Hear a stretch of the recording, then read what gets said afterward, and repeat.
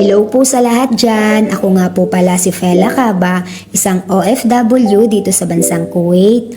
At alam niyo po ba na dati pa-scroll-scroll lang ako sa aking account.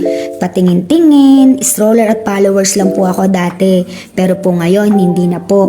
Kasi po nakilala ko po si Sir Jomar Iscala kung saan pinakilala niya po sa akin ang FTO program, isang sistema kung saan nag-upload ng mga short videos. Pero pinagkakakitaan po namin ito. Alam niyo po ba na ako po'y hirap sa buhay kaya kami napunta rito sa abroad.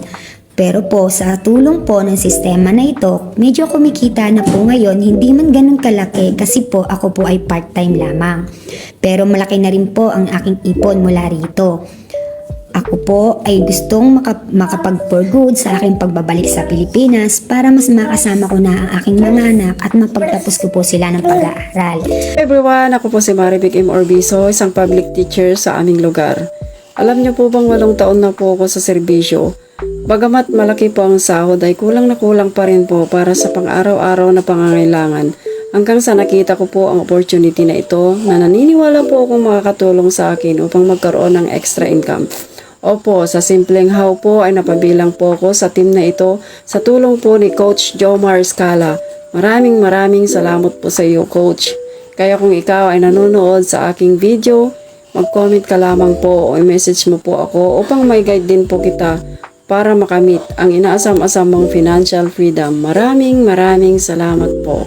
Ako nga po pala si Coach Maria Fidoliete, isang OFW sa bansang Riyadh. Sa kasalukuyan po nandito ako sa Riyadh ngayon naninilbihan. Ako po ay almost 4 years na rin. Ngunit walang ipon. Yes po, walang naiipon. Dahil isa rin po akong breadwinner sa aking pamilya. At nang dahil po sa pagsisikap at nagtingin-tingin po kung paano po magkaroon ng extra income, nakilala ko po ang aking coach na si Coach Jomar Iscala sa isa pong business online. Ito po ay ang FTA program sa Empowered Consumerism po. At naisip ko po na i-grab ang opportunity na to para kahit papano po ay madagdagan ang aking ipon at makapag for good na rin sa Pinas. At sa kasalukuyan po ngayon ay nakapag-iipon ako dahil sa FTA program. Nang hapon po sa inyo lahat. Kumusta po kayo? Ako dahil si Cristita Saton, isang security guard, 25 years na ako nag-guard, tapos wala akong naipon kasi maliit ang sahod namin. Ang naipon ko lang payslip. Ito, nakita ko yung business sa FTA program, nag-join ako. Tapos nagpasalamat ako kay Coach Jomar.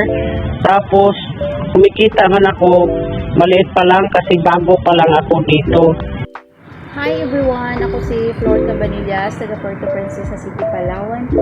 Isa ako sa nag-house sa Facebook post ni Coach Jomar Iscala. Naging interesado ako doon sa FTA program at nag-avail ako kaagad ng user ID na may kasamang insurance sa Army Civic Boost. More than 20 years na ako sa pagiging empleyado pero wala pa rin naging savings. Sakto lang sa needs everyday, minsan nagkukulang pa. For a change, gusto ko na magkaroon ng financial freedom or law of leverage.